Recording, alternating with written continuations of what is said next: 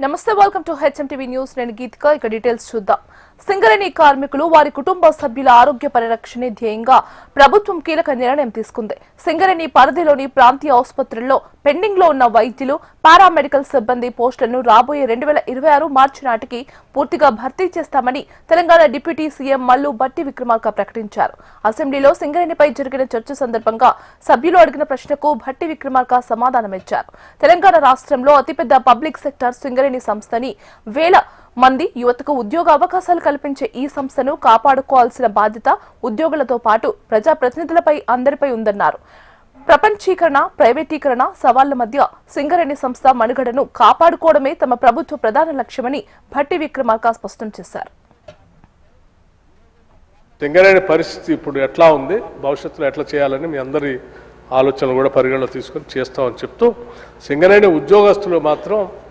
సాధ్యమైనంత మేరకు వెల్ఫేర్ దాంట్లో ఎటువంటి ఇబ్బంది లేకుండా చూస్తా ఉన్నాం అధ్యక్ష మన ప్రభుత్వం వచ్చిన తర్వాత మొట్టమొదటిసారి సింగరేణి ఎంప్లాయీస్కి ఇన్సూరెన్స్ కార్యక్రమాన్ని తీసుకొని ఒక్క పైసా రాష్ట్ర ప్రభుత్వం పైన కానీ లేకపోతే సింగరేణి పైన కూడా ₹1 కూడా భారం లేకుండా ఇన్సూరెన్స్ బ్యాంకుల ద్వారానే ఎందుకంటే బ్యాంకుల ద్వారా మనం లావాదేవీలన్నీ చేస్తూ ఉన్నాం వాళ్ళ అకౌంట్స్ మెయింటైన్ చేస్తున్నాం కాబట్టి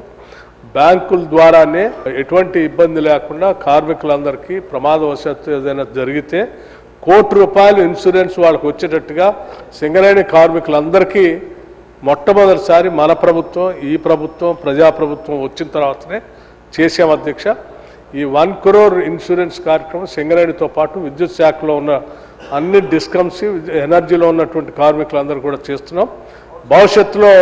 ఈ రాష్ట్రంలో పనిచేస్తున్నటువంటి ఉద్యోగస్తులందరికీ కూడా ఈ 1 crore ఇన్సూరెన్స్ వచ్చేటట్టుగా చేసే ప్రక్రియ కూడా మొదలుపెట్టాం అధ్యక్ష కొద్ది రోజుల్లో అది కూడా పూర్తి చేస్తాం